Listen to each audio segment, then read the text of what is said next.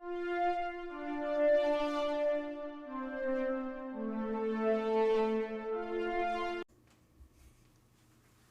are happy to announce that this episode of the SW Show is partially brought to you by Humble Bundle. Well, not really. We are part of the Humble Bundle referral program, and we just wanted to say that if you like really cheap games and maybe helping charity pending the Humble thing going on, all you have to do is go to humblebundle.com/?partner equals SWW. That's right, humblebundle.com/?partner equals SWW. And you just do your normal stuff, and it just kind of helps us get a couple bucks here and there. Maybe it helps AJ get his lights, maybe it's Mike camera, maybe we actually pay Corey for helping us out. But again, if you're going to go buy games anyway, it might be worth checking out. Hello, everyone, and welcome to the Movie Club episode where we are talking about Thor: Love and Thunder. Otherwise known as the first Marvel movie I've seen since whatever the last event was. So, since Endgame? Sure. If that was the second of the two, then that's what it would have been. Yeah, it's the first. Okay, so let's. I'm thinking how to start this one because it's always fun with the superhero movies because you don't always love them. Let's start with you, Ray J, right? So this is your first one because you liked Ragnarok, right? So at least you like the style of movie. What are your initial impressions when you walked out of Thor: Love and Thunder? I don't know. It's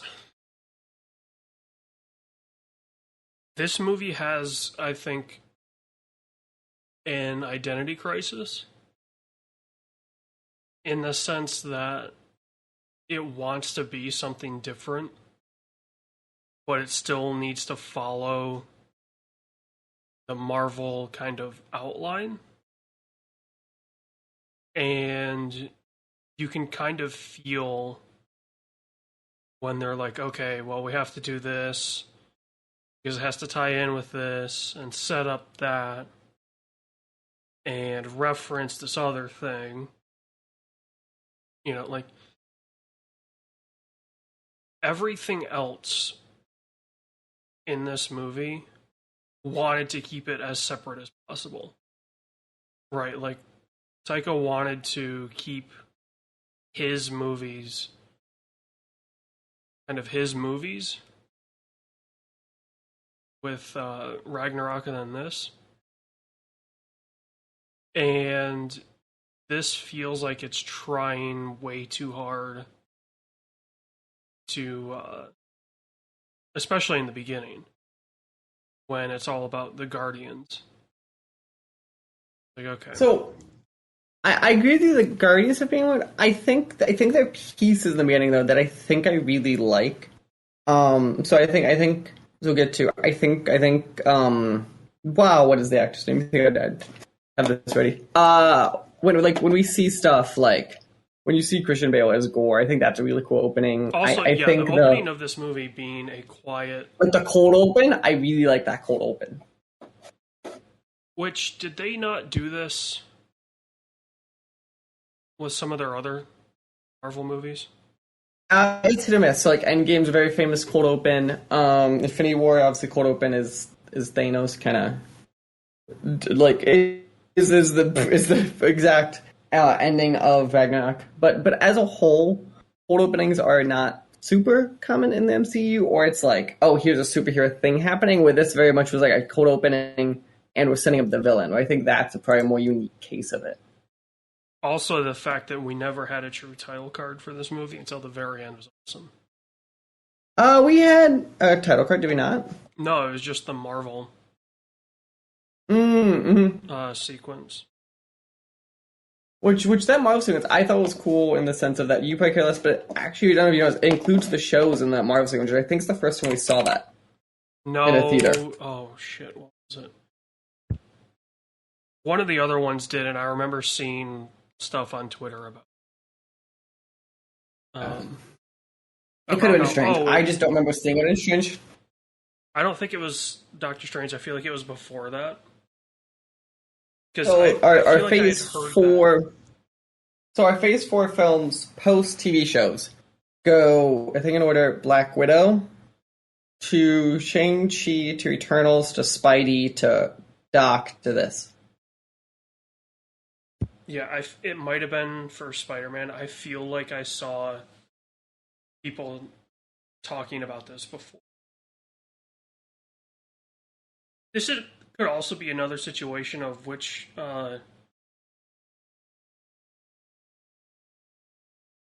White House has fallen or whatever. Was it that I was like, oh yeah, I've seen this movie? And you're like, no, it hasn't come out yet. I'm like, what are you talking about? Like, I can tell you exactly how this goes. And it could be that. Where I'm just Mm-hmm. like, you know, merging together the conversations which is a very possibility. But yeah, otherwise though, so it sounds like you are a mixed bag with the film. Would that be a fair way of calling it? Um, yeah, I guess like the high points weren't enough to make me feel great about this movie. Um, Granted, there were very few points where I was like, "This is just flat out stupid." Um, and so it didn't take me into hating this territory. But I don't know. I guess part of the reason that I don't feel great about this movie is like Thor or whatever his name is doesn't feel like a. This is something I want to talk about with him exactly. So I think I'm in a similar boat to you in this. But something with Gore to me is a villain that I think could have been great. But I think the problem is they talked about his power and they showed it to us. Like he killed the one god in the beginning, and obviously you could go head to head with Thor. But I wish like throughout the film they either set him up and like showed his power, like we actually saw it, or I wish they did a better point of explaining that sword, right? Because that sword obviously existed in the world forever. So to me, I feel like that sword should have been a thing that they were like, when they talk about, they showed flashbacks or gods being killed that like we heard in history. Like find a way to like actually make it make sense. Yeah, I mean, like it's hard to follow up, right? Like Thor killed Thanos, right? So how is Thor ever in danger? Mm-hmm. Right? It's the Captain Marvel problem, where the character is so strong that how do you make anything remotely a problem? And like obviously with the Necroblade, like they try to talk about like, oh, this is the only thing that can kill gods, but that's not true because gods can kill gods. But is that true though? When have we seen a god kill a god in the MCU? We haven't, but also they rarely talk about the other gods. Like I feel like Sure. Thor is the only time you ever hear them talking about other gods, which kind of makes sense in a way, right? Like the rest of the MCU is very like American in quotes, Mm-hmm. where it's Or at least earthly. Even the ones that are international, at least earthly. Like yeah. Eternals was set in London, but like it's still like this broadly kind of like Well, the but foundation is Earth. more of like none of the other characters are based on other mythology, right? Like Thor is the only one where it's based on a character which they reference several times, right? They reference his name and everything. And so there's baggage that comes with that. Like Mm-hmm, mm-hmm. referencing a real thing in a comic book brings along the baggage of, well, you're going to have to reference the other stuff. and they've handled it fairly well, especially Taika. Like Taika's two I want to movies. point out, I at least don't think it sounds like you don't either. I don't think it's a bad film. I just think it's not a standout film. Like I think it's fun. I think there is. I think that every complaint we're talking about is something where it's like where this film is. I mean, it's like noticeably a Marvel film, right? Like sure, but I also think I heard it described really well as Candy, where it's a film that in the moment it's really fun, but when you come back and think about it, there's not something to think about. yeah, like the Batman, right? You can change a few things and make that not a comic book movie and keep 99% of what they already shot.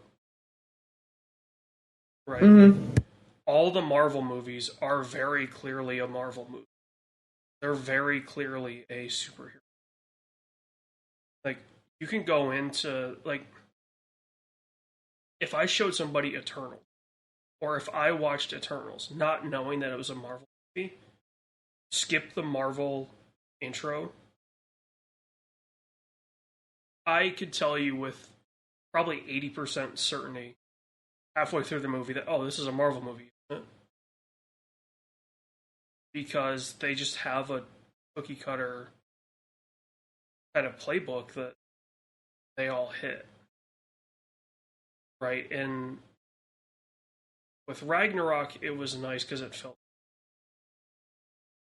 With this, it feels like it wants to keep that different that was introduced with Ragnarok. But also, like, Feige was like, okay, look, dude, you need to set up the next movie. You need to set up this crossover. You need to set up this or that. And it felt did that because to me, a complaint I would have is I don't think like it is a Marvel film and its foundation and the characters in it, but I don't think it set much up for the future of the series in a big way. Well, so the post-credit scene obviously references what's going to be next for Thor. Sure, but that to me is like I totally agree with you, but I don't know. To me, I wouldn't consider that one scene kind of being the crux of saying it set something future up. No, well, so also like that's kind of the problem that has happened here, right? Like Taika wants to keep these things different, so he doesn't always connect stuff. So it does feel kind of like this weird, almost like Ant-Man and the Wasp. Like I feel like I didn't need to see that movie. You didn't. Don't worry, you didn't. All you had to see was the end of it, where literally he goes into the portal, and that's the beginning. You see it in Endgame. Like that's all you need to see from that film. Like, I feel like I could have skipped Love and Thunder, and I was ready to, right? But you were the one who was like, "Oh, let's do that for movie club." Because I also thought I was like, oh, it's like in my head it's Ragnarok 2, which I'm like, you at least like Ragnarok, like obviously there's problems, but like I'm like at the end I'm like you're not going to be in pain at this point because and I think in a lot of ways this foundationally is Ragnarok 2, but I think there's just some differences there or how they treat certain things.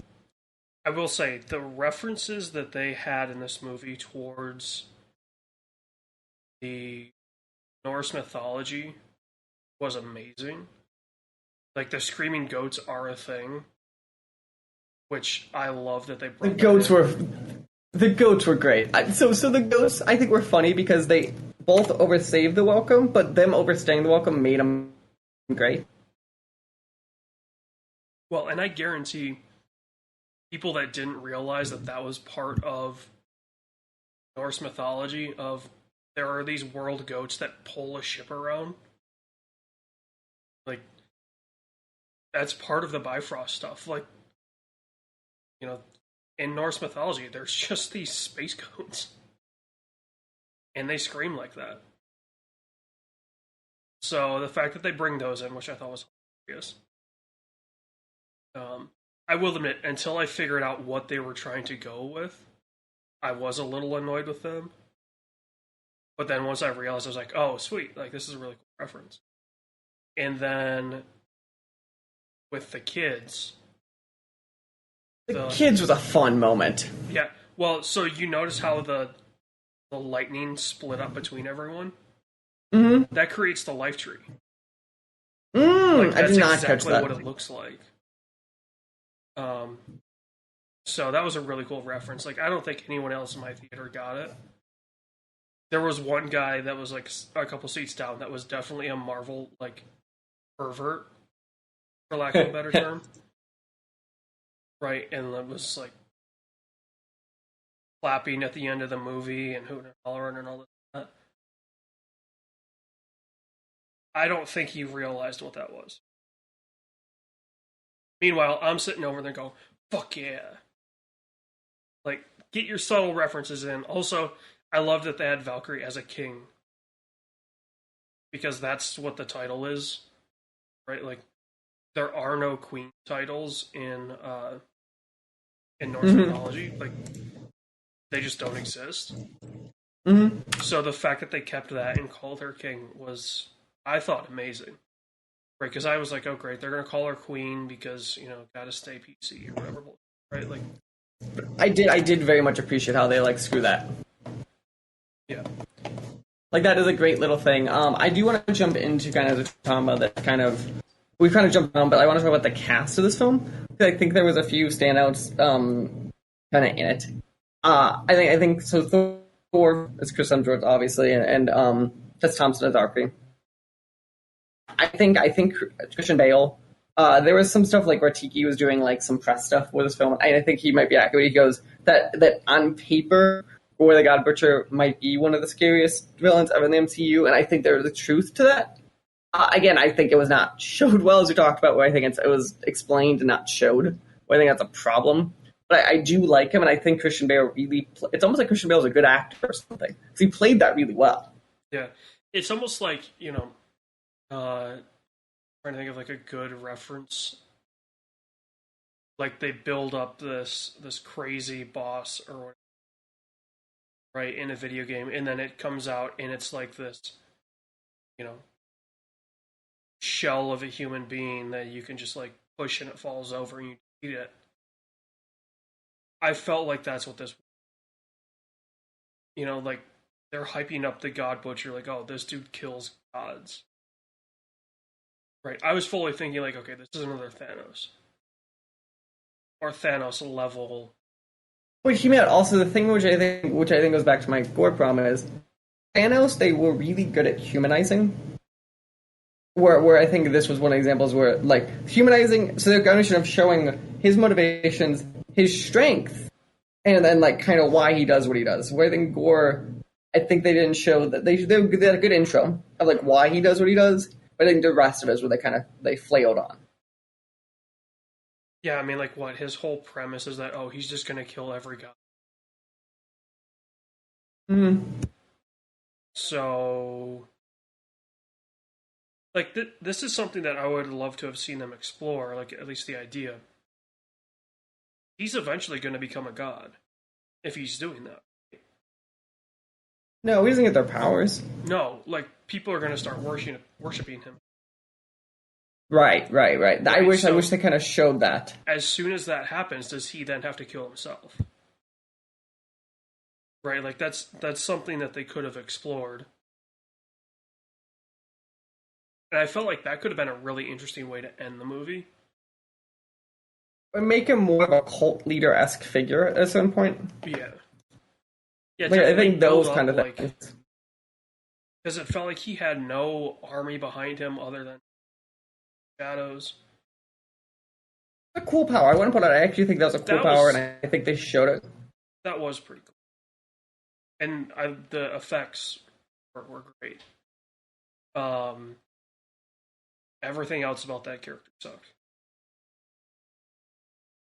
Which again, I think the scenes that he got, I think he was good at. And I think the problem is you just didn't take time to explain it well. Yes, Christian Bale nailed his role. Yeah, what Christian Bale was given, I think he did honestly really, really well. It was the material that he was given that failed him. Mm-hmm. Also, it was not like the end of the movie, right? Like them, we're just gonna convince him, right? Like love is gonna win all, or whatever bullshit they were trying to go with, right? To get him to not wish to kill all the gods, and instead wish for his daughter back. Like, no, that dude was so far down the path there was no convincing. Right? Like, if that was a real conversation, you could have had that conversation and maybe convinced him about 10 gods in. Right? If he's. They show a number, like 1,500 distress signals, right, on Guardians. To be fair, it doesn't mean he killed 15 gods. It just No. means they're 15 locations. Because they could have worshipped the same god, for all we know. Yeah. But let's cut that into a third. He's killed 500 gods. Minimum at this point, right? He's way past that point. Getting my daughter back. Or caring about getting his daughter. Right? Like, he has already passed that point mentally. He has crossed that bridge, and he's going to finish the deed. And it just felt like such a, like, I don't know. I hated the way they ended. I don't know if I hated it. I feel like it was about halfway through. It was very obvious what was about to happen. I think that was part of my problem. Like once you realize that Stormbreaker was the key, I think that was that moment the rest of the film kind of like obvious what was about to happen. Yeah. But yeah. So getting to the whole Stormbreaker being the key thing, like, we have to address Jane. We haven't done yet. Going next. That was my next thing. I think this is her best performance of Jane, and again, it's kind of like you put an insanely good actress in this role. Put an insanely good actress in a role where they really didn't have to do a lot. Sure, but what you gave her, I think, were emotionally intense stuff, like her fighting cancer. Like, I think that like she played those scenes really well, and you could see that kind of struggle in her, kind of like, yes, like what do I do? That, you know, more than half the time she was on the screen, there was CG stuff, so there wasn't a lot of need for her to facially act. Right, like she was acting through her body movements. A little easier. But I do agree that this was the best Jane, because I've only ever seen one other Jane, because I skipped Dark World. I think from all reports, everyone should have skipped Dark World. And having her as a Thor, right? Not the Thor, but a Thor, was an interesting move, because that's kind of where they separate from the mythological aspect of it, right, and get into the comic aspect, because there's only ever one Thor,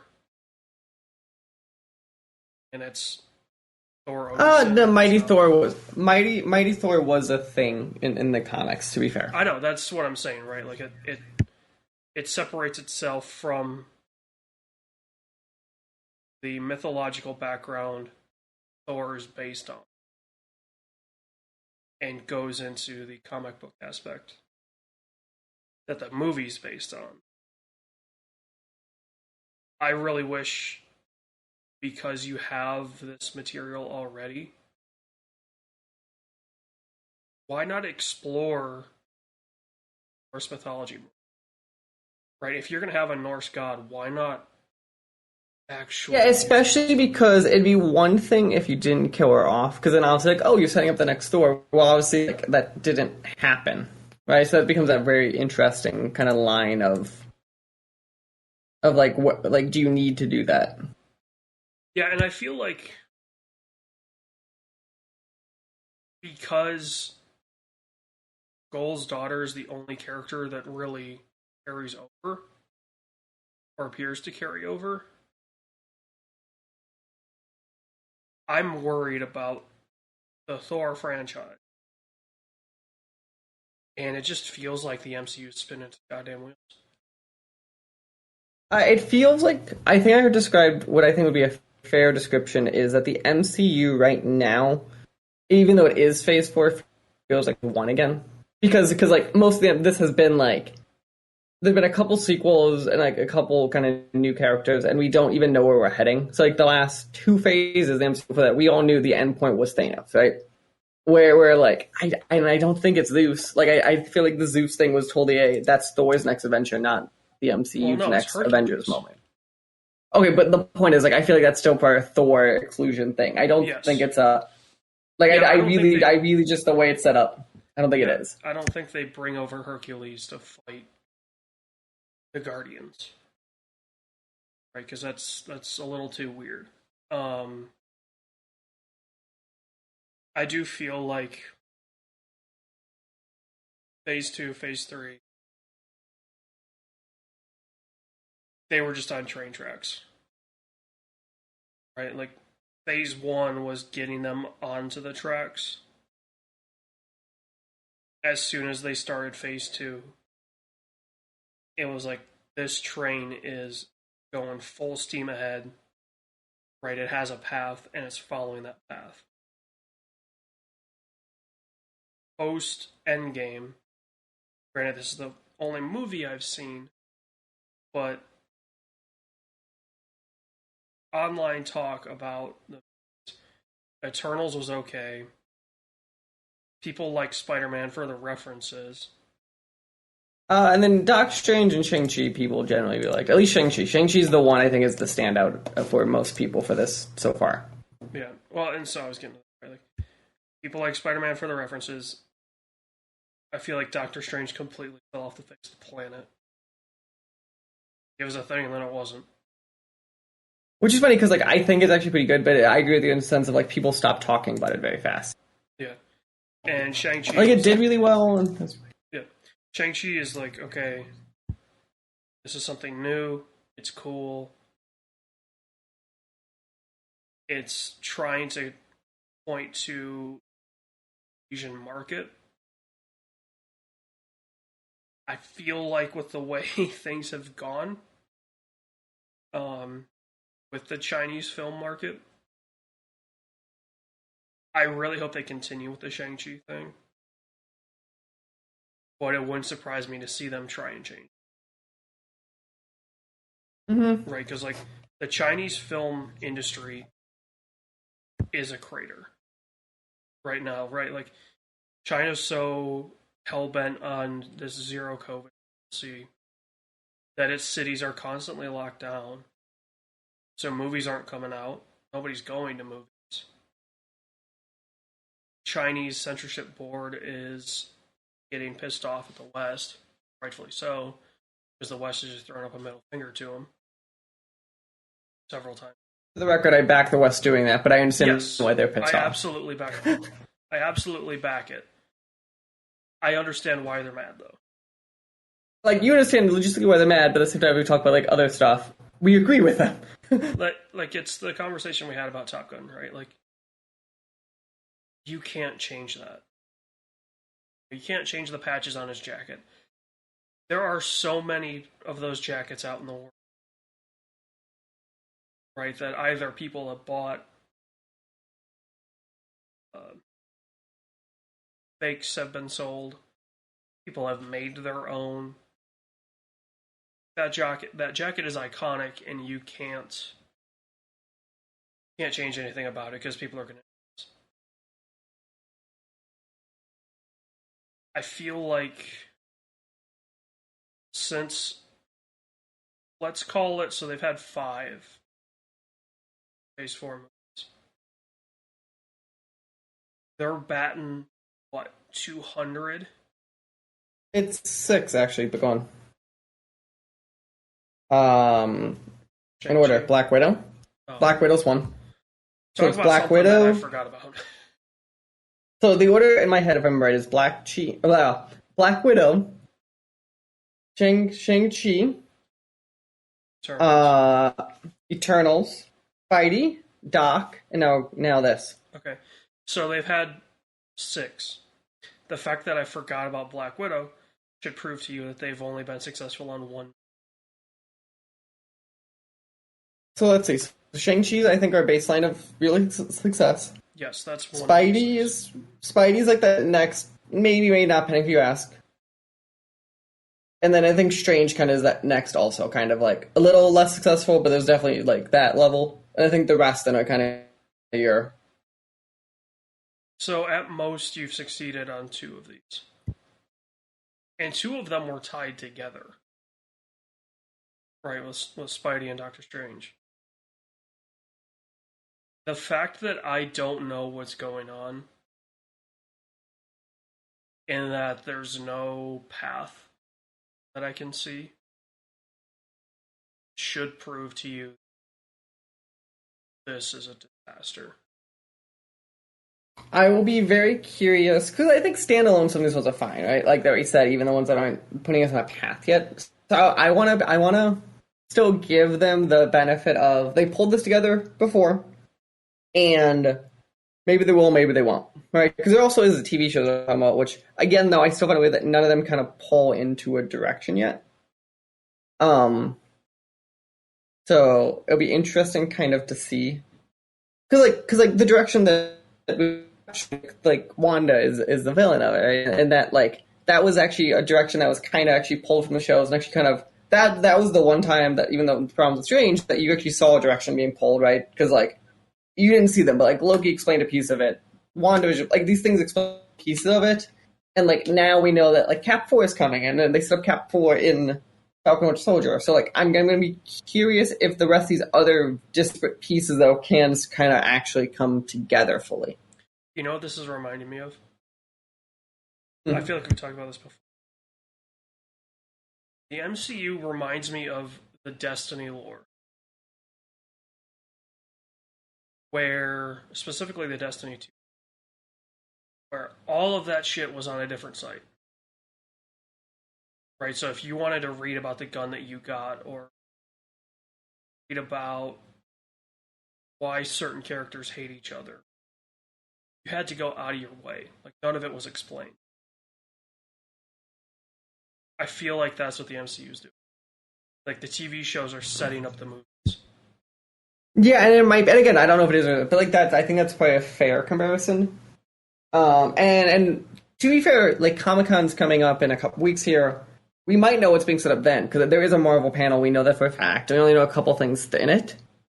And that was the 2019 Marvel panel, is when kind of all this stuff was originally kind of announced. And then COVID obviously hit. So I will be very curious to see kind of, does all this kind of change, and what do we all think kind of post that, and knowing where it's all heading. But I feel like we've been going for about half hour. I feel like we could go on for hours.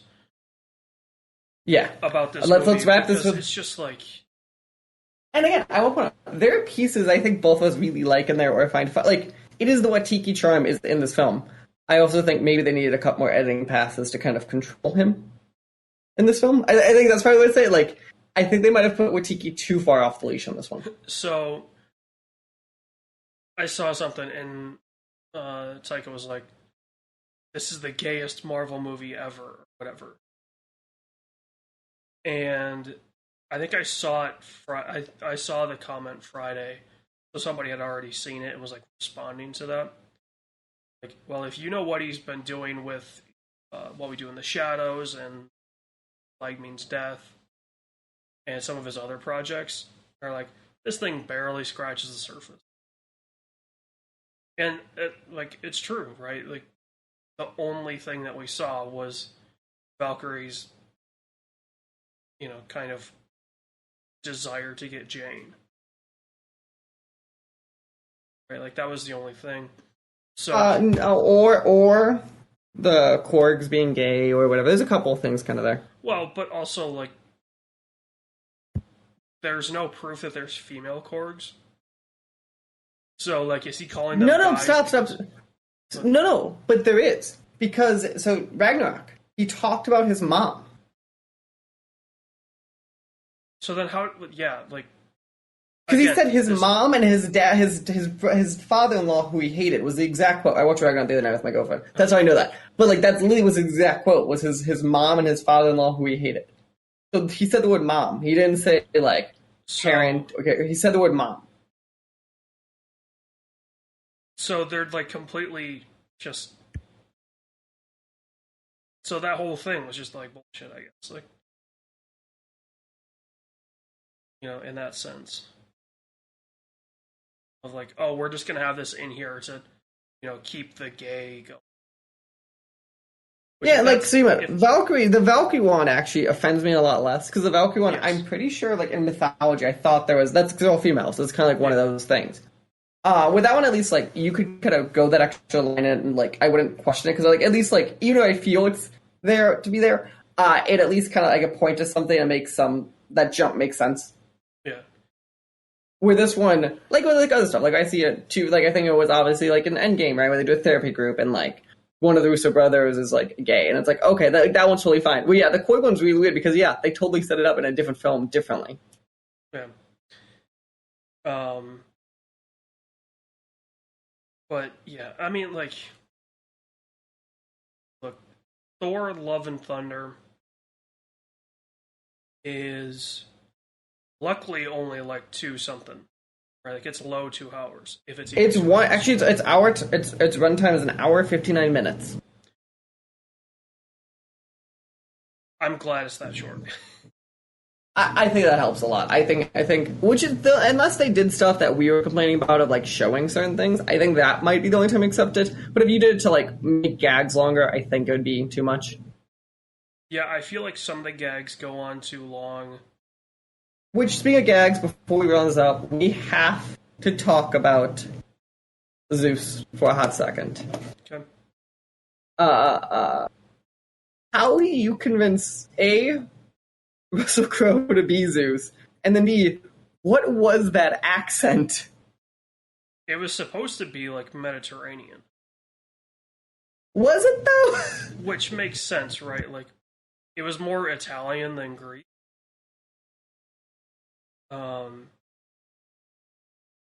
It made sense why he had the accent, though. But also, like, in that case, Thor shouldn't sound British. Mm-hmm. Right, which is... And... yeah, like, it was a perfect example of what I was talking about earlier with Thor, right? Like, Zeus is supposed to be this big baddie. Turns out it's fat as fuck Russell Crowe. Which, to be fair, I like the whole washed up thing, but then the post credit scene makes him feel weirder that he's washed up. Like if he's just washed up and that was like kind of his thing, I'm actually fine with that. Yeah. But then like, at the end when he gets like pissed off and he like still has his power, like that to me is like a weird line. Yeah, like I don't know. You clearly show like the orgy line. I think was pretty funny personally. Yeah, but. like there was some comedic bits of that. Also, did you realize Steph Curry is the Korg representation there? Wait, what? Yeah, in the that's Steph Curry, like the god, the Korg god. Yeah, it's Steph Curry. Also, wasn't it Claude Von? Isn't like Claude Van Damme like references in the beginning of the film? Well, there's a Jane Fonda reference. Yeah, there's that. That was pretty funny. Yeah. Then there's a Dwayne Johnson. Mm-hmm.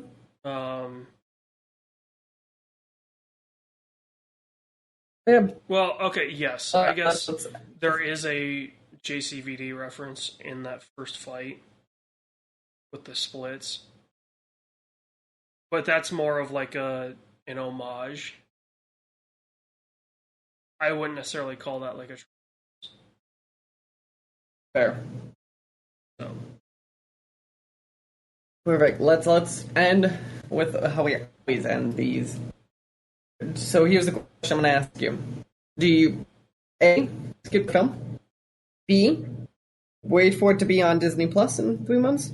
Or do you C, watch it in theaters now?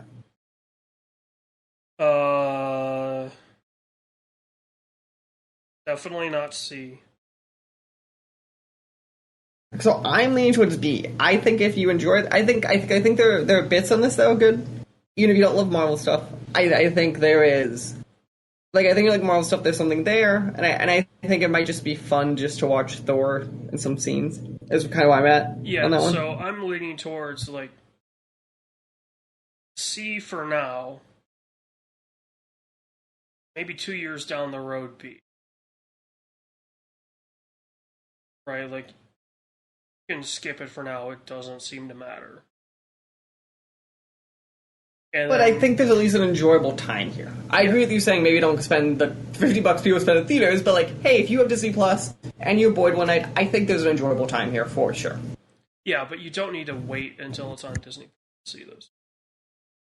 Sure, Right? Like you can push this one off. sure. But I mean, like when it's on there one night if you're bored, I think it's a totally like you're not gonna hate your time. Yes. No, I don't think we even talk about like you don't hate. Again, I think there is like the screaming goats. I think are one of those things that are just kind of funny. Like I think it's a good time. But yeah, that has been Movie Club for July of 2022. We'll be back with our shenanigans. We will all that fun stuff, and we'll figure out what our next movie club is in like 2 weeks. So until then, and that note, AJ, final question before we go: what would be your catchphrase if you were Thor? Phrase. Okay. So are we doing it in terms of like how they approach it in this movie? Where it's like the thing you say as you're about to strike someone? Yeah, yeah, like that's the like you do it as you're about to kill someone type thing. Um I would probably not say anything as I struck the person. I would just say, let's go fuck this pig, grab my axe, and then just. Beautiful. And on that note, everyone, goodbye. The SW Show and all of its affiliate podcasts are podcast by me, Mike Maroney, and AJ Losi, sometimes by contributors, including Corey King. You can follow the SWW Show on social media at the SWW Show, or sooner or later you go to patreon.com/SWW to help us out. Thank you. We hope you enjoy the rest of your day.